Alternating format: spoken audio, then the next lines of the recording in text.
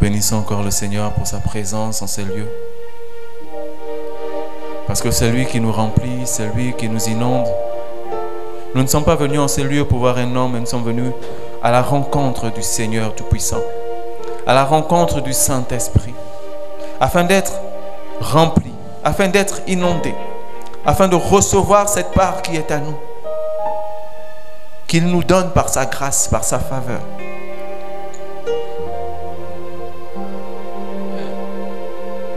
Père éternel, nous sommes là pour recevoir de toi. Toi le Dieu Tout-Puissant, toi qui appartiens à toute intelligence et toute sagesse, tu viens encore remplir les cœurs ce soir.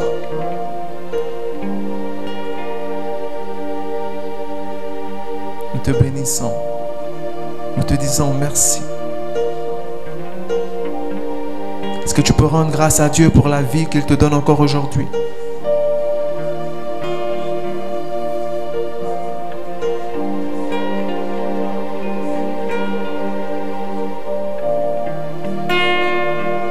Car c'est par sa grâce que nous sommes vivants en ce jour.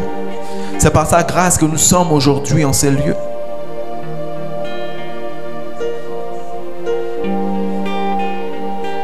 Alléluia. Que le Seigneur vous bénisse. Amen. Je bénis encore le Seigneur pour la vie de chacune des personnes ici présentes. Je bénis le Seigneur pour son serviteur, le pasteur Donald Soro, ainsi que pour son épouse, par qui il passe pour transformer nos vies. Moi particulièrement, souvent je le dis ici, quand je regarde mon passé et je me regarde aujourd'hui, le Seigneur a beaucoup travaillé et il travaille encore énormément au travers de cet homme et de cette femme. Il a permis qu'il soit placé devant moi afin de recevoir ce qu'il m'avait réservé. Donc je bénis le Seigneur encore pour leur vie. Je bénis le Seigneur pour leur famille. Je bénis le Seigneur pour leurs projets. Je bénis le Seigneur pour leur ministère. Je bénis le Seigneur encore pour la vision qu'il a mis au travers d'eux. Amen. Je bénis le Seigneur également pour mon épouse qui m'accompagne chaque jour sur ce chemin, dans cette amélioration, dans cette transformation. Amen. Que le Seigneur la bénisse. Et je bénis aussi le Seigneur pour la vie, comme je l'ai dit, de chacune des personnes ici présentes. Parce que je crois que le Seigneur a réservé quelque chose ce soir pour chacun de vous. Et chaque jour, le Seigneur entreprend un nouveau chantier dans vos vies. Amen. Quand il commence, il ne laisse pas d'éléphant blanc. Il va jusqu'au bout, jusqu'au détail. Et il achève ce qu'il a commencé. Amen. Donc ce soir, nous nous retrouvons encore comme chaque mercredi pour nos rendez-vous, pour nos mercredis de victoire. Et on a la coutume de le dire, on ne vient pas au mercredi de victoire pour recevoir la victoire. Parce que chacun de vous avait déjà cette victoire. Parce que Jésus-Christ, en mourant sur la croix, il est mort pour la victoire que nous avons aujourd'hui. Si nous sommes là, c'est tout simplement parce que nous avons besoin d'être équipés. Besoin d'être remplis. Parce que quand bien même l'ennemi sait que nous avons la victoire, il ne cessera jamais de mettre les obstacles sur notre chemin. Amen. Égard à nous si nous ne sommes pas équipés.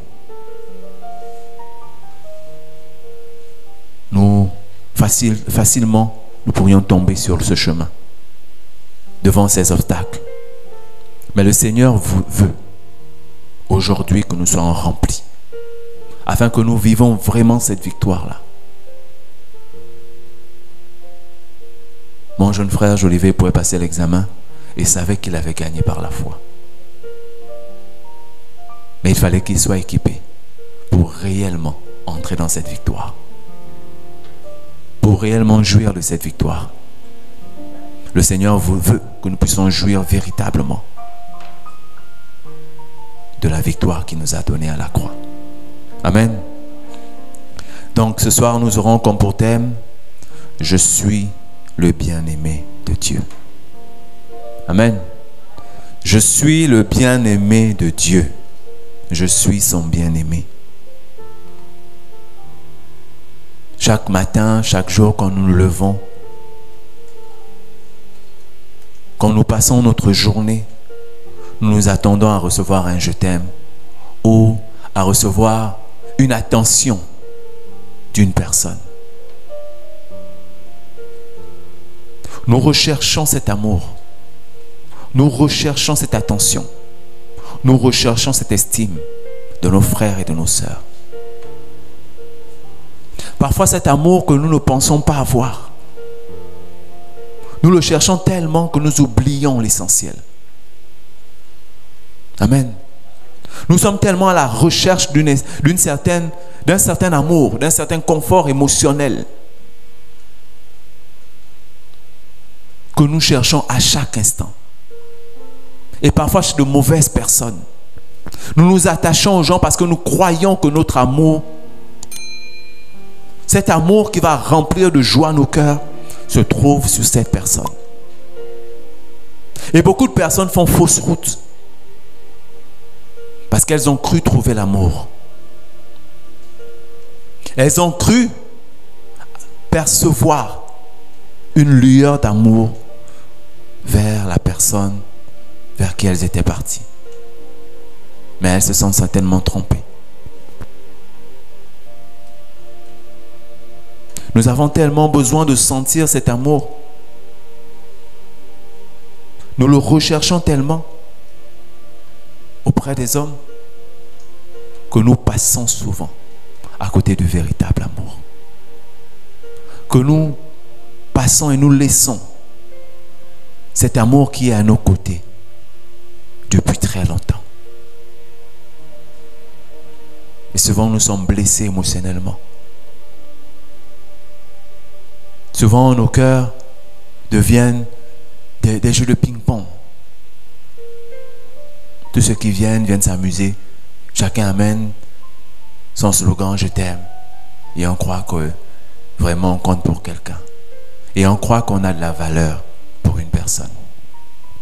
Souvent on donne tout ce qu'on a parce qu'on veut juste ressentir qu'on nous aime. Et quand on grandit avec ce vide. Beaucoup parmi nous avons grandi avec ce vide. Parce qu'on a cherché de gauche à droite. On a cherché chez le frère, on a cherché chez la sœur, on a cherché chez l'homme qui, parfois même, ne comptait même pas pour nous, mais nous l'avons mis à un haut niveau de nos vies.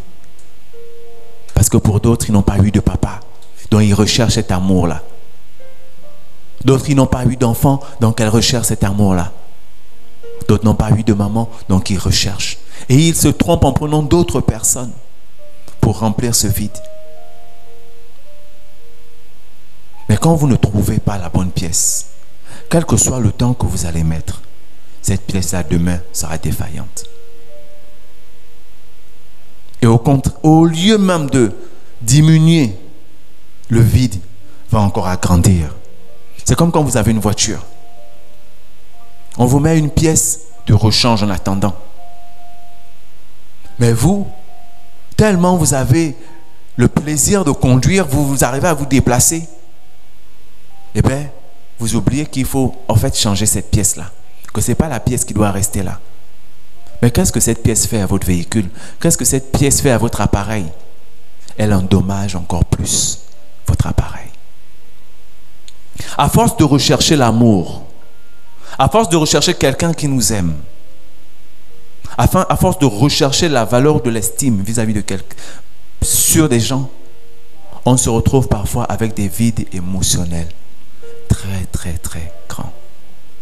Et parfois qui se répercutent de génération en génération. Parce qu'on n'a pas su être aimé. On n'arrive pas aussi à aimer les autres. Pourquoi? Parce qu'on a voulu être aimé comme d'autres sont aimés. Mais on a oublié qu'en fait le véritable amour était toujours à nos côtés. Amen. 1 Jean 3, 1-2 nous dit: voyez quel amour le Père nous a témoigné pour que nous soyons appelés enfants de Dieu. Et nous le sommes. Si le monde ne nous connaît pas, c'est qu'il ne l'a pas connu. Bien-aimés, nous sommes maintenant enfants de Dieu. Et ce que nous serons n'a pas encore été manifesté. Mais nous savons que lorsque cela sera manifesté, nous serons semblables à lui, parce que nous le verrons tel qu'il est. Amen. Nous le verrons tel qu'il est. Le véritable amour. Celui que le Père nous a témoigné en nous faisant enfants. Amen. En nous faisant fils. En nous appelant enfants. En nous appelant bien-aimés. Souvent nous nous trompons en cherchant l'amour chez des hommes comme nous. Parce que même ces hommes-là ont des problèmes émotionnels. Et recherchent où ils vont déverser aussi leur soif d'amour.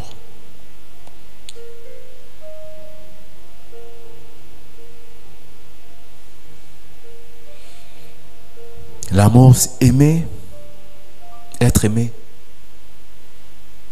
c'est de ressentir un sentiment émotionnel vis-à-vis de quelqu'un. Amen. C'est éprouver de l'amour vis-à-vis de quelqu'un ou recevoir de l'amour vis-à-vis de quelqu'un, par rapport à recevoir l'amour de quelqu'un. Amen. Pensez-vous que d'autres personnes méritent d'être aimées de Dieu plus que vous ne le méritez-vous? Souvent, quand on a ce vide-là, on se dit pourquoi on n'est pas aimé des hommes? Pourquoi on n'est pas aimé de Dieu? Si les hommes ne nous aiment pas, certainement Dieu aussi ne nous aime pas. On a cherché à se conforter, à se reconforter chez des personnes comme nous, qui avaient aussi des problèmes d'amour, qui avaient aussi des problèmes émotionnels. Matthieu 17,5 nous dit: comme il parlait encore, une nuée lumineuse les couvrit. De la nuée, une voix fit entendre ces paroles: celui-ci est mon fils bien-aimé, qui a toute mon approbation. Écoutez-le. Mais cet amour que nous avons aujourd'hui, nous l'avons reçu au travers de qui? Celui-ci est mon fils bien-aimé. Nous l'avons reçu au travers de Jésus. Et ces paroles, à ce moment-là, s'adressaient à Jésus. Pour Jésus.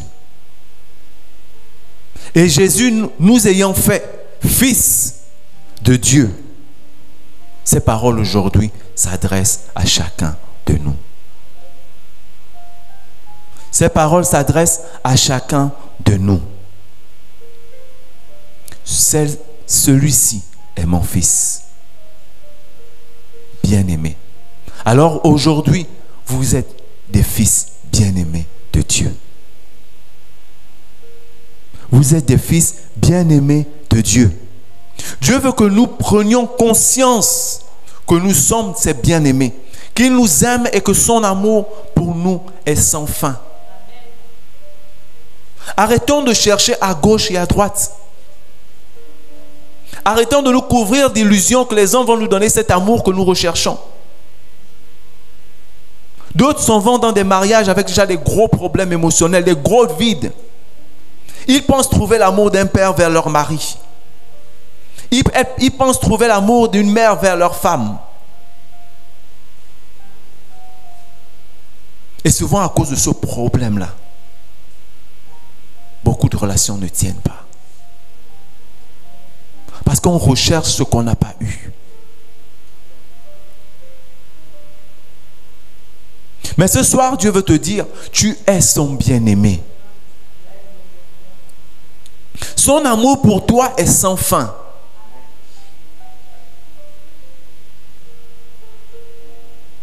Son amour pour toi n'est pas comparable à ce qu'un homme peut te donner.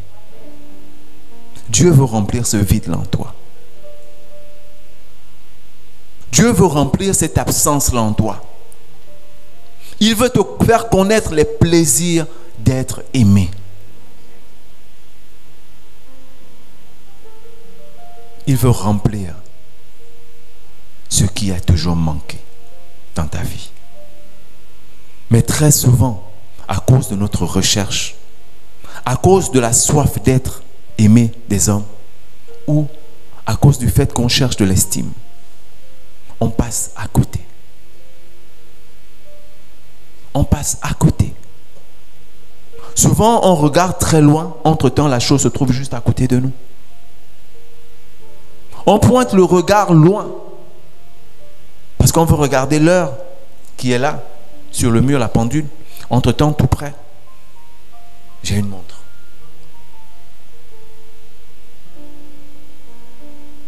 On n'arrive pas à bien voir. On se dit, mais je ne vois pas bien.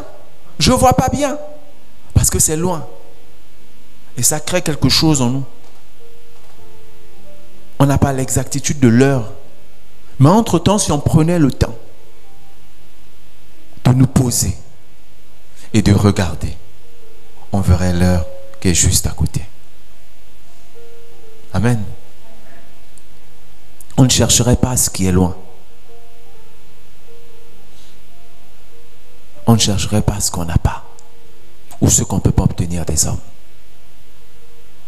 Parce qu'aucun homme, quel que soit l'amour qu'il peut te porter, ne pourra jamais t'aimer comme lui t'a aimé ou comme il t'aime aujourd'hui.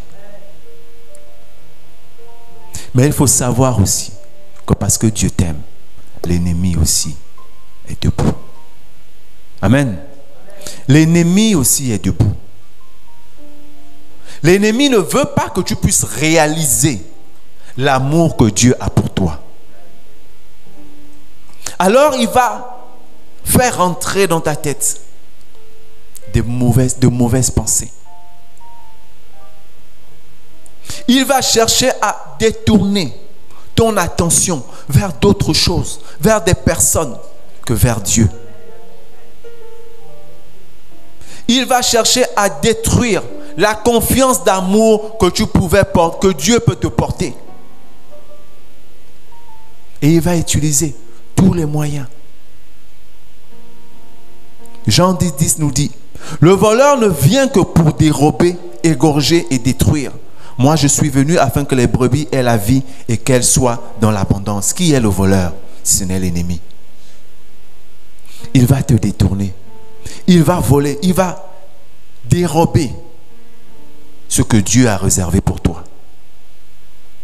Parce que Dieu nous connaît bien avant que nous soyons dans le ventre de nos mamans. Il nous avait déjà préparé un chemin. S'il y avait un sac, s'il y avait une clé USB, s'il y avait un disque dur qui pouvait contenir l'amour de Dieu, Dieu l'avait déjà préparé pour nous. Dieu pour chacun de nous avait déjà préparé ce disque dur. S'il t'a manqué un papa, Dieu avait déjà préparé le disque qui devait remplacer cet amour-là. Il fallait juste connecter ce disque à ton appareil. Mais beaucoup de personnes oublient de connecter le disque. Et nous sommes nombreux qui avons oublié qu'en fait, si nous avons été créés, c'est que notre Créateur, en fait, nous aime. Si un homme te donne la vie, déjà on le voit avec nos mamans, elles nous aiment parce qu'elles sont nos mamans, elles nous ont donné la vie. Mais combien de fois le Créateur, celui qui permet que tu viennes au monde, quel amour il a pour toi? Personne ne veut prendre son temps pour créer quelque chose qui va jeter. Peut-être qu'il y a des mamans qui n'aiment pas, qui souffrent 9 mois, qui enfantent, comme j'ai vu tout récemment sur Facebook. Une maman qui a enterré son enfant vivant. Mais par la grâce de Dieu, cet enfant a été déterré. Il vivait encore. Et vous voyez combien de fois l'amour de l'homme n'est pas parfait. Pourtant, elle a souffert 9 mois.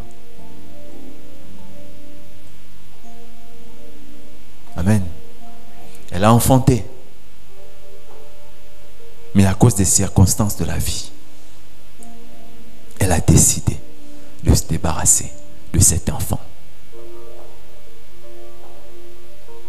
Mais celui qui a permis que cet enfant vienne au monde a déjà préparé un puits d'amour pour cet enfant. Et il appelle cet enfant mon fils bien-aimé. Aujourd'hui, Dieu t'appelle mon fils bien-aimé. L'ennemi utilise beaucoup de choses. Il utilise nos pensées.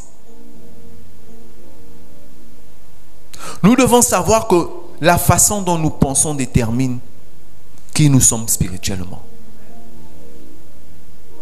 La façon dont tu penses va déterminer qui tu es. Et j'irai même encore plus loin. Va déterminer l'estime que tu as pour toi. Et encore plus loin, l'estime que tu penses que Dieu a pour toi. Parce que si tu ne t'aimes pas toi-même, tu ne pourras pas croire que Dieu t'aime. Une personne qui ne s'aime pas ne peut pas croire qu'on l'aime. Parce qu'elle a déjà un problème intérieur. C'est ce que l'ennemi veut faire. Il veut te faire croire par de mauvaises pensées qu'en fait, Dieu ne t'aime pas. Qu'en fait, tout ce que tu vis, c'est la faute de Dieu. L'ennemi a un seul but, c'est de t'accuser. C'est de te détourner de l'amour de Dieu. C'est de te détourner du projet d'amour de Dieu. Amen.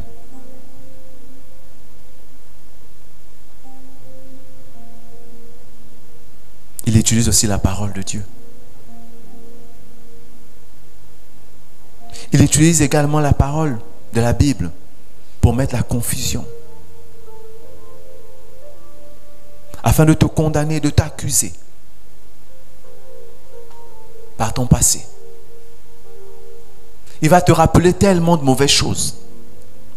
Il va tellement t'accuser de tout ce que tu as fait dans ton passé.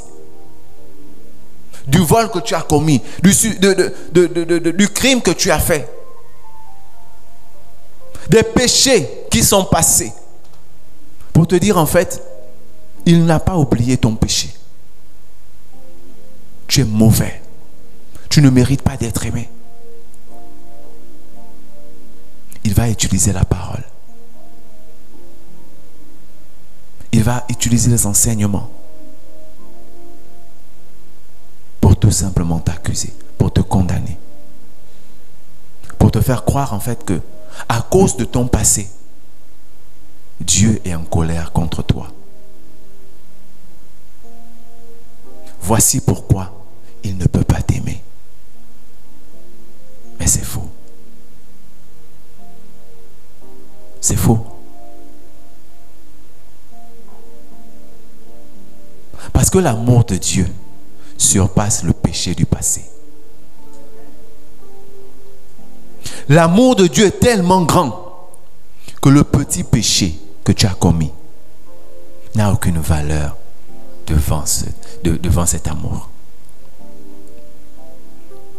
C'est comme on a l'habitude de dire, prendre un grain de sable et le jeter dans l'eau. Est-ce que vous allez voir ce grain de sable? Vous ne le verrez pas. C'est comme ça quand Dieu t'a pris. Il t'a dit, tu es mon fils bien-aimé. Aucun péché, aucune accusation n'aura plus de force. Quand tu réalises cet amour-là, ton péché, ton passé n'a plus de force sur toi. Ton passé ne te condamne plus. Ton passé ne t'accuse plus. Parce que Dieu a dit que tu es son fils. Celui-ci est mon fils bien-aimé. Il a toute mon approbation. Amen. Il va utiliser les circonstances, comme on le dit très souvent.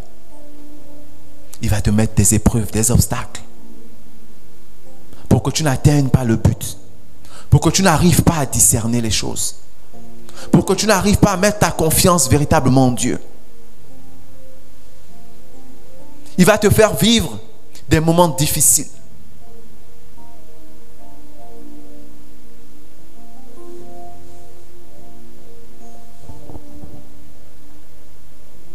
Et si vous avez fait quelque chose qui n'était pas bien, il va ramener ces épreuves-là.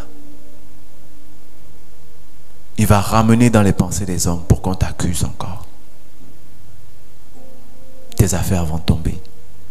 Ta famille parfois va se séparer. Tes enfants vont peut-être te haïr. Je ne sais quoi encore d'autre. Juste pour que tu crois que Dieu ne t'aime pas. Mais Dieu dit, tu es son bien-aimé. Garde cette phrase. Dis-toi chaque jour, je suis son bien-aimé. Dieu veut que nous réalisons son amour parce que quand nous réalisons cet amour, toutes nos pensées changent. Toutes nos vies sont transformées. Quand tu réalises l'amour que Dieu a pour toi, même si tu vis dans une situation précaire ou difficile, tu vas rendre gloire à Dieu. Tu ne peux pas réaliser que Dieu t'aime et rester le même. Juste cette prise de conscience va tout changer dans ta vie. Le fait de réaliser que Dieu t'aime, mon frère, ma soeur, ça va changer toute ta façon de penser. Ça va changer toute ta façon de voir. Ça va changer même ton jugement sur toutes les personnes autour de toi. Parce que tu vas comprendre en fait que quelle que soit la vie que tu as, quelles que soient les circonstances que tu traverses, l'amour de Dieu est toujours là pour toi. Amen. Jean 3,16 nous dit ce bon verset. Car Dieu a tant aimé le monde qu'il a donné son Fils unique, afin que quiconque croit en lui ne périsse point, mais qu'il ait la vie éternelle. Je pose une question. Qui peut faire ça? Qui peut faire ça quand il déteste quelqu'un? Qui peut faire le sacrifice de donner son Fils unique quand il ne vous aime pas?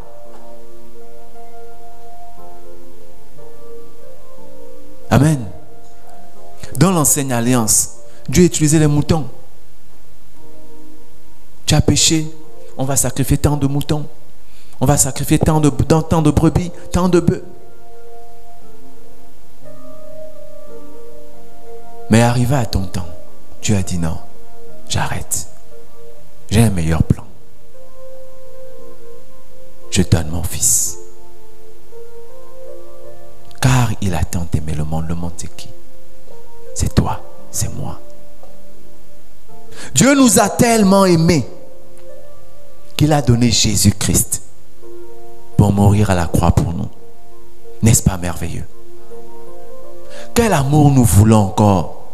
Quel est l'amour de ce Père que tu cherches quand ce Père-là qui est dans le ciel a donné ce qu'il avait de plus cher pour toi? Même ton papa ne peut pas sacrifier son travail parfois pour toi.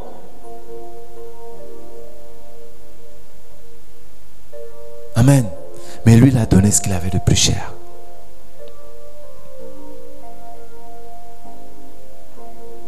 Par cette parole, il nous a montré qu'il nous aimait. Par cette parole, nous pouvons dire, nous sommes les tant-aimés de Dieu. Nous sommes les tant-aimés de Dieu. Il nous a tant aimés. Nous sommes les tant-aimés de Dieu. Vous n'êtes plus juste le peuple de Dieu,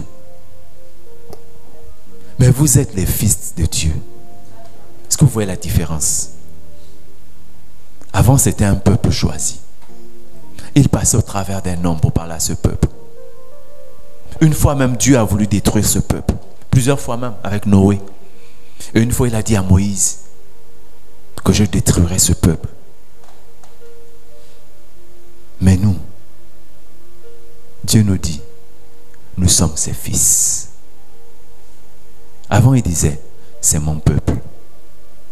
Et je suis leur Dieu. Mais aujourd'hui, Dieu te dit, tu es mon fils et je suis ton père. Est-ce que vous voyez la différence? Un chef d'État, c'est le président du peuple.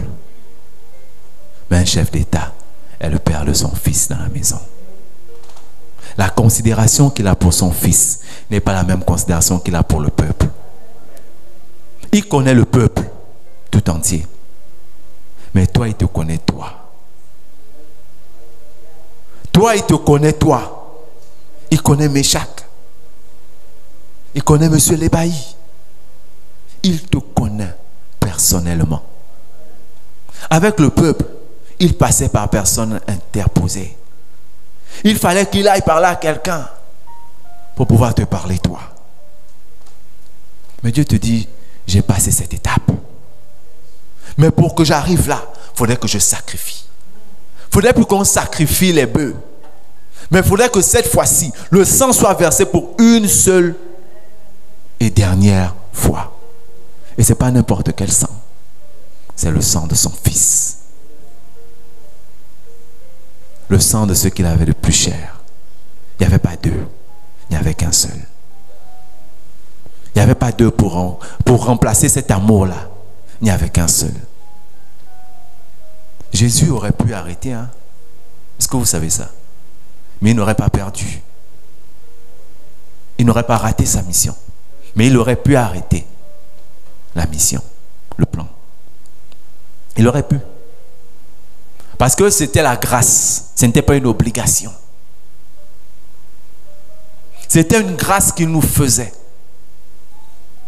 Donc, quand vous faites une grâce à quelqu'un, vous n'êtes pas obligé d'arriver jusqu'au bout. Si vous n'arrivez pas jusqu'au bout, ça ne veut pas dire que vous avez perdu. Ça veut simplement dire que vous avez arrêté en cours de route. Bon, c'est plus nécessaire. Jésus a vu la souffrance. Il savait, il connaissait la souffrance qu'il attendait. Mais il a préféré subir. Il a préféré souffrir. Il a préféré faire ce chemin de la croix pour arriver au but. Pour que toi et moi nous soyons les tant-aimés de Dieu. Pour que toi et moi nous soyons les bien-aimés de Dieu. Pour que nous ne soyons plus juste ce peuple-là que Dieu regarde, dont il est obligé de chercher un prophète, dont il est obligé de chercher un leader. Non.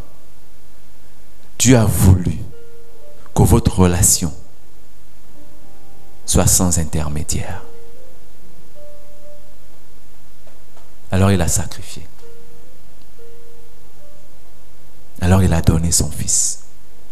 Et cette parole qu'il a donnée à son fils, que celui-ci est mon fils bien-aimé, il a toute mon approbation.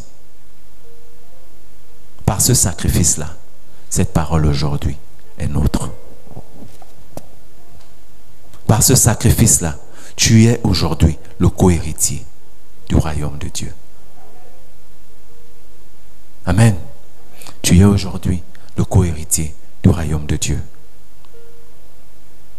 Hébreux 1,5 nous dit: car auquel des anges Dieu a-t-il jamais dit, tu es mon fils, je t'ai engendré aujourd'hui, et encore je serai pour lui un père, et il sera pour moi un fils.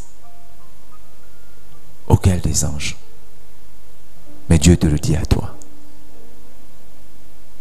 Il ne l'a pas dit aux anges, mais il l'a dit à toi.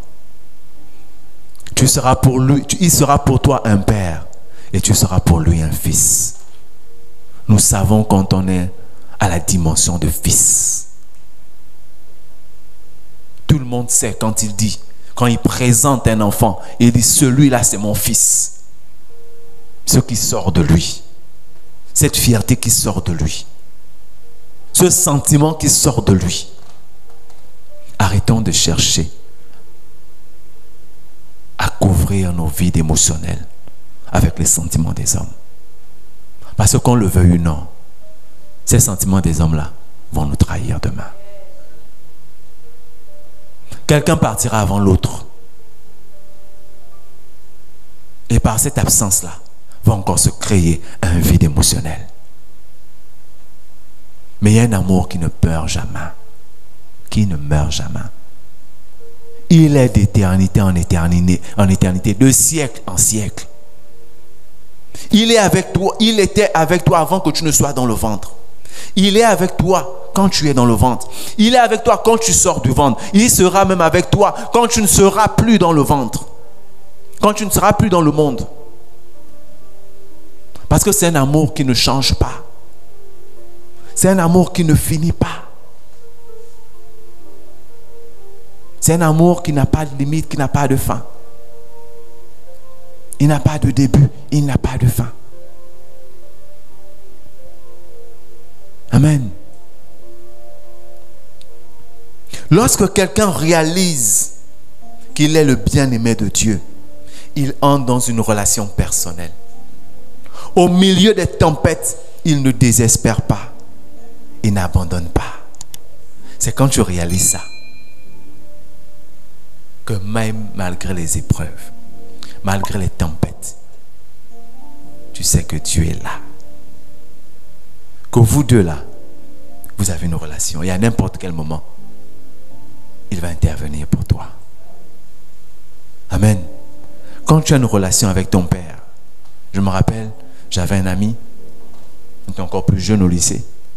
Son père avait un grand poste dans la police. Et un jour, il a été arrêté la nuit. En pleine gare routière par la police aussi. La voiture n'avait pas de papier parce que le papa avait gardé tous les papiers. Mais nous, on grouvait. Mais quand on nous arrête, qu'est-ce qui se passe? Le policier demande les papiers du véhicule. Il regarde le policier. Il n'a pas de papier. Il a juste son permis. Monsieur, où est votre... Vous connaissez comment les policiers sont. Quand tu n'as pas de papier, parfois ils te disent, même je m'en fous, appelle qui tu veux. Même le président appelle. Dis ok, il n'y a pas de problème. Les papiers sont avec mon père. Il était quelle heure pour les gens qui partent en boîte de nuit? C'est pas à 22h qu'on va en boîte de nuit. C'était dans les 1h, 2h du matin. Mais à 1h, 2h du matin, il appelle une autorité. Il prend son téléphone. Il appelle une autorité que toi, pour voir, tu vas mettre des semaines et des semaines. Pour joindre, tu vas mettre des semaines et des semaines. Mais il appelle, il dit, papa, j'ai été arrêté. Son père lui dit, ah bon? Par qui? Passe-moi le téléphone. Il a suffi que le gars prenne le téléphone, entende seulement la voix, il s'est mis à garder à vous. Sans voir la personne. Quand il a dit à l'autre que c'est elle, le monsieur de l'autre côté de la route, à cause du téléphone seulement, et la situation était réglée. Au contraire, même c'est devenu des amis. Oh, comment ça va? Pourquoi? Parce qu'il était le fils. Parce qu'il est le fils d'une autorité. À combien plus forte raison toi? Amen. Donc quand tu as cette relation-là, tu peux appeler le Père à n'importe quelle heure. Tu n'as pas de barrière. Tu n'as pas une personne, un directeur de cabinet, un secrétaire que tu as d'abord rejoindre. Non, c'est direct. Tu as un numéro personnel. Parce que c'est ton Père. Parce que votre relation est tellement forte et personnelle. Amen.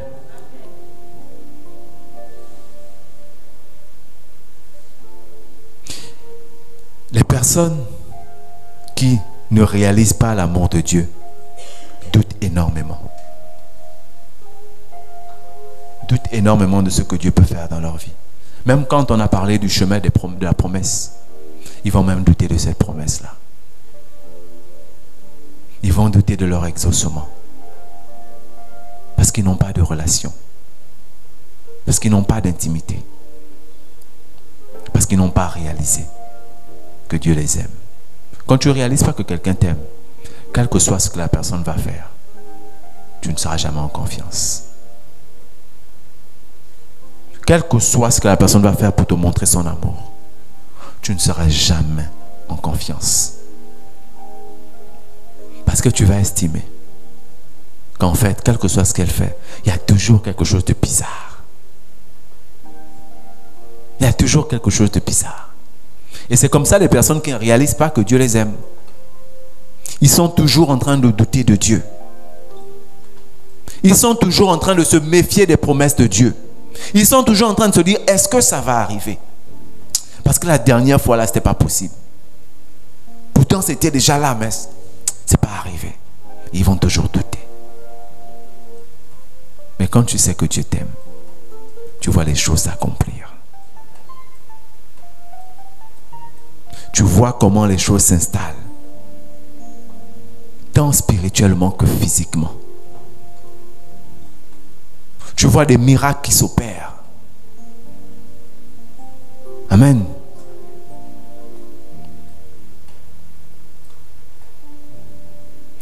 Quand tu as une relation personnelle avec Dieu, les miracles sont activés. Quand tu réalises l'amour de Dieu, je veux dire, les miracles s'opèrent dans ta vie. Les portes de miracles s'ouvrent à cause de cet amour-là, parce que tu l'as réalisé. Et voici pourquoi l'ennemi ne veut pas que tu réalises la confiance de l'amour de Dieu dans ta vie. Il ne veut pas, parce qu'il sait que c'est une grande clé. Ce que l'ennemi t'empêche de prendre est toujours puissant. C'est toujours puissant. Dis-toi que si l'ennemi ne veut pas que tu atteignes quelque chose, c'est parce qu'il y a une puissance derrière cette chose. Il ne va jamais t'empêcher de prendre quelque chose qui va te détruire. Si l'amour de Dieu nous détruisait, il serait même le premier à ouvrir les portes pour nous aider à atteindre. Mais il sait que si nous nous rendons compte de l'amour de Dieu là, si un enfant se rend compte du véritable amour de son père, il va ouvrir des portes énormes. Ce qu'il n'arrivait pas à obtenir, il va obtenir. Amen. C'est ce que l'ennemi ne veut pas. Pourquoi? Parce qu'il sait qu'en réalisant ça, nous ouvrons la porte du succès. Nous ouvrons la porte de la victoire. 1 Thessaloniciens 2:13 nous dit: pour nous, frères bien-aimés du Seigneur, nous devons à votre sujet rendre continuellement grâce à Dieu, parce que Dieu vous a choisi dès le commencement pour le salut par la sanctification de l'esprit et par la foi en la vérité. Il nous a choisis dès le commencement. Amen. Donc nous devons rendre continuellement grâce parce qu'il nous a choisis. Il nous a aimés dès le commencement.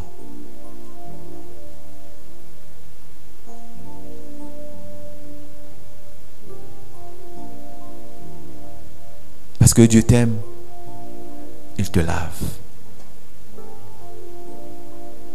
Il fait même sortir du royaume des cieux le Saint-Esprit pour vivre au-dedans de toi. Quel amour peut faire ça? C'est quand on aime qu'on prend des gardes du corps, qu'on prend des dames de ménage, qu'on prend tout un dispositif pour mettre auprès de son fils. À chaque fois que cet enfant a un problème, il y a quelqu'un qui est placé pour gérer ce problème. C'est ce que Dieu fait de façon spirituelle. Nous, on le voit physiquement avec les hommes. Quand tu aimes ton fils, quand tu manifestes l'amour pour ton fils, quand tu as le peu de moyens que tu as, tu vas tout mettre en place pour que chaque petit problème de cet enfant soit réglé. Pour que chaque petit détail, cet enfant soit toujours en sécurité, quel que soit l'endroit où il va. Parce que tu aimes ton fils. Amen. Parce que tu l'aimes. Et parce que Dieu nous aime, il donne le Saint-Esprit pour que nos péchés soient lavés, pour que nos corps soient lavés, pour que notre cœur soit transformé, pour que nos vies soient changées. Il n'y a que l'amour de Dieu qui peut faire une telle chose. Parce que Dieu t'aime, ton regard va changer vis-à-vis des autres. Tu ne pourras plus juger les autres. Parce que l'amour, on dit, ne soupçonne point le mal. Quand tu réalises l'amour de Dieu, que l'amour de Dieu, quand tu réalises l'amour que Dieu a pour toi, tu réalises comment, attends, ce frère que je juge, mais c'est également quelqu'un qui a été fait à l'image de Dieu. C'est aussi quelqu'un que Dieu aime. Donc pourquoi le juger? Quand tu réalises l'amour de Dieu, tu as du mal à détester un frère. Tu as du mal à détester une sœur. Parce que l'amour qui est sur toi, c'est le même amour qui est sur lui.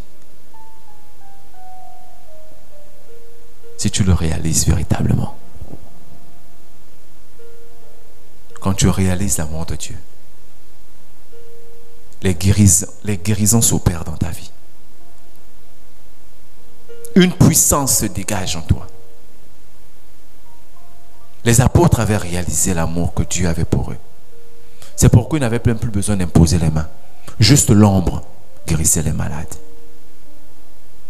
Parce qu'ils avaient réalisé cet amour-là.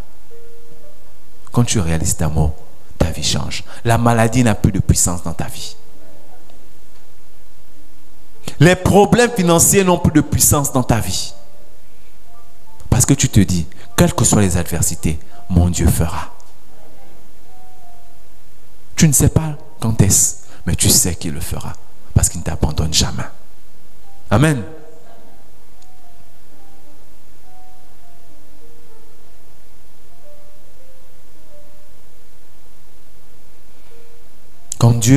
Quand tu réalises l'amour de Dieu, sa miséricorde te regarde chaque jour. Sa miséricorde ne regarde pas ton péché. Amen. Sa miséricorde ne regarde pas ton péché. Parce qu'il a déjà effacé. Par la miséricorde de Dieu, ton péché est effacé. Bien avant même que tu ne viennes te mettre à genoux. Il avait déjà effacé ton péché.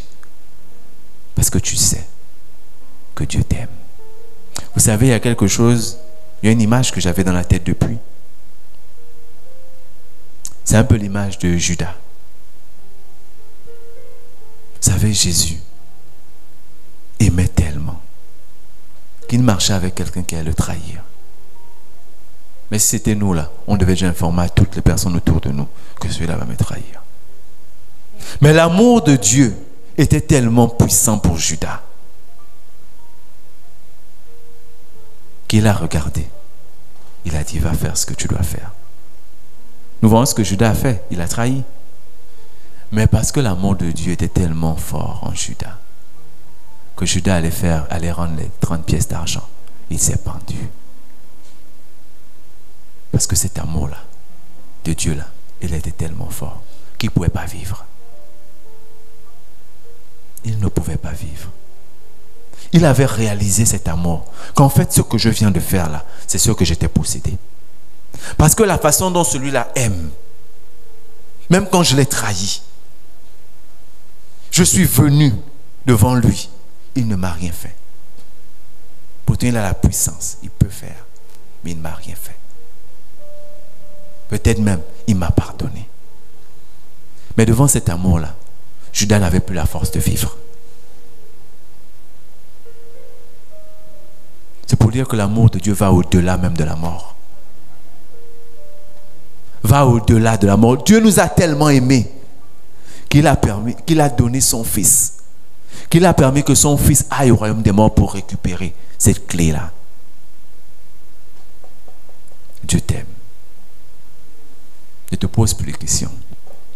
Si quelqu'un ne t'aime pas, c'est vrai que ça va te faire mal. Mais dis-toi que Dieu t'aime. Vous savez, nous sommes nombreux qui sommes arrivés ici avec des problèmes émotionnels graves. Ça ne veut pas dire que parce que nous sommes arrivés, que les personnes qui n'étaient pas dans nos vies sont rentrées dans nos vies. Non. Ça veut dire qu'on a trouvé ce qu'on cherche, ce qui nous manquait depuis longtemps. En Dieu, le vide qui était en moi a été rempli. Parce qu'il n'y a pas de meilleur papa que celui qui est dans le ciel. Il n'y a pas de meilleure maman que celui qui est dans le ciel. Il n'y a pas de meilleur époux que celui qui est dans le ciel. Dieu comble tous les secteurs de ton cœur. Il comble tout. Ne recherche plus ailleurs. Si quelqu'un ne t'aime pas, essuie tes larmes et regarde à Dieu. Si tu n'as pas eu un papa, c'est vrai, tu souffres, mais regarde à Dieu. Il te donnera ce que ton père n'a pas pu te donner et ce qu'il n'aurait jamais pu te donner. Quand Dieu a rempli mon cœur, même la colère, même la haine ne faisait plus partir de moi. Parce qu'en fait, j'ai réalisé que je n'étais pas seul. Voici pourquoi vous voyez dans les églises, quand des gens réalisent, ils se mettent à pleurer. Ils ne pleurent pas parce qu'ils veulent montrer aux gens qu'ils sont les meilleurs pleureurs. Mais parce que quand ils réalisent cet amour-là, ils ne peuvent pas rester indifférents. Vous voyez des personnes que vous voyez uniquement à la télé. Donc quand vous regardez, vous dites cette personne-là ne peut pas s'humilier à pleurer devant les gens. Mais elle pleure pourquoi? Parce qu'elle a réalisé en fait qu'on a cherché, on a tourné, on a fait tous les 12, les 4 coups, les 400 coups, tout. On n'a pas eu ce qu'on voulait, ce qu'on attendait. Mais le jour où on a réalisé qu'en fait, j'ai tellement cherché, pourtant c'était là. Ce jour-là, il pleure parce qu'il a perdu du temps. Il a perdu du temps. Nous avons perdu du temps. À partir de maintenant, dis-toi que tu es le bien-aimé de Dieu. Dis à ton enfant qu'il est le bien-aimé de Dieu, quel que soit ce qui peut manquer. Il est le bien-aimé de Dieu. Il est le fils de Dieu. Dieu ne permettra jamais que l'ennemi touche à sa vie. Quelle que soit la situation, quelles que soient les épreuves, Dieu le sortira toujours de ces épreuves-là. Parce que c'est le Fils de Dieu. La relation qu'ils ont ensemble, elle est plus grande que toutes les autres relations. Elle ouvre les portes du miraculeux. Elle guérit. Elle opère des transformations. Elle ouvre même des portes que tu ne pouvais même pas imaginer. L'amour de Dieu. Alors ce soir, Dieu te dit que tu es mon bien-aimé. Dieu te dit que tu es mon bien-aimé. Tu es mon fils. Je suis ton père et tu es mon fils. Au travers de Jésus, Dieu te reçoit comme co-héritier, comme bien-aimé de sa maison. Amen. Que Dieu te bénisse ce soir. Amen. Nous allons bénir le Seigneur pour la parole encore de ce soir. Seigneur, nous te bénissons, nous te rendons grâce encore pour cette parole que tu as encore libérée. Nous te disons merci, Père éternel, parce que ce soir, par ce message, tu m'as fait réaliser, Seigneur, ton amour pour moi. Tu m'as fait réaliser, Père éternel, que même si je n'ai pas eu l'amour des hommes, même si, Père éternel, je n'ai pas été aimé des hommes, mais je sais, Papa, que tu m'as aimé bien avant que je ne sois dans le ventre de ma mère. Tu m'aimais déjà, Seigneur. Je sais, Père éternel, que tu m'as fait fils du royaume. Tu m'as fait co-héritier de ton royaume. Et ce soir, je te dis merci pour ce message. Je te dis merci pour ce message qui transforme encore des vies, qui restaure encore des cœurs ce soir. Seigneur, je te bénis pour ce que tu opères encore au milieu de nous. Je te bénis pour toutes les personnes qui nous regardent en direct. Je te bénis pour ce message qui m'a fait du bien, qui m'a transformé. Je te bénis pour cet amour, Père éternel, que tu m'as fait réaliser et qui a comblé le vide, Seigneur, qui était en moi. Je te dis merci, Papa. Merci, Père éternel, pour cette parole. Alléluia.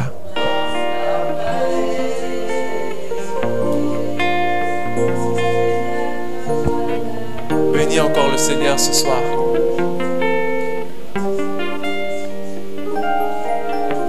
Dans cette atmosphère, rends grâce à Dieu. Parce que ce vide qui est en toi ce soir, il a comblé. Tu as été peut-être rejeté par les hommes, mais tu n'es pas rejeté par Dieu. Dieu t'appelle ce soir mon fils. Il t'appelle ce soir mon bien-aimé. Il t'appelle ce soir le tant aimé. Car il a tant aimé le monde. Il t'a tant aimé qu'il a donné ce qu'il avait de plus cher. Pour que tu sois sauvé. Quelles que soient les paroles que tu as entendues dans ton enfance. Quelles que soient les paroles que tu as entendues dans ta vie. Dieu te dit ce soir, je t'aime. Cet amour que tu as cherché depuis très longtemps.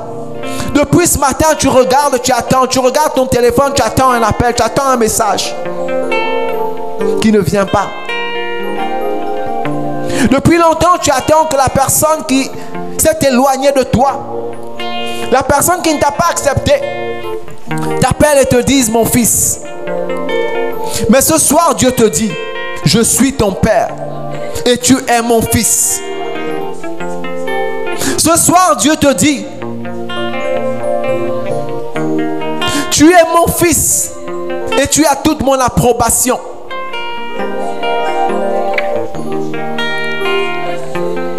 Ce soir, au travers de Jésus-Christ, Dieu te fait co-héritier de son royaume. L'héritage que les hommes ne t'avaient pas laissé, Dieu te donne. Par l'amour de Dieu, parce que tu le réalises ce soir, Dieu guérit la maladie qui aujourd'hui t'a cloué sur ton lit. Par le fait que tu as réalisé que Dieu t'aime, parce qu'il t'aime, il te sort des souffrances.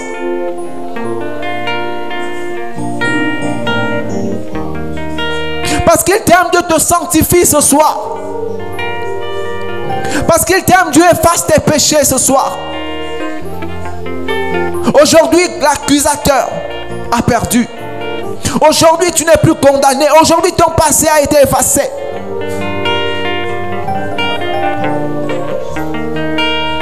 Dieu t'aime et il te le dit ce soir. Qu'il t'a aimé depuis le commencement. Il t'a choisi depuis le commencement. Car c'est lui qui t'a aimé le premier. Il a fait de toi son fils. Il ne t'appelle plus mon peuple, mais il t'appelle mon fils. Il a déchiré le voile qui vous séparait. Il a pris du royaume de Dieu le Saint-Esprit pour qu'il soit à tes côtés, afin de laver toute ton âme.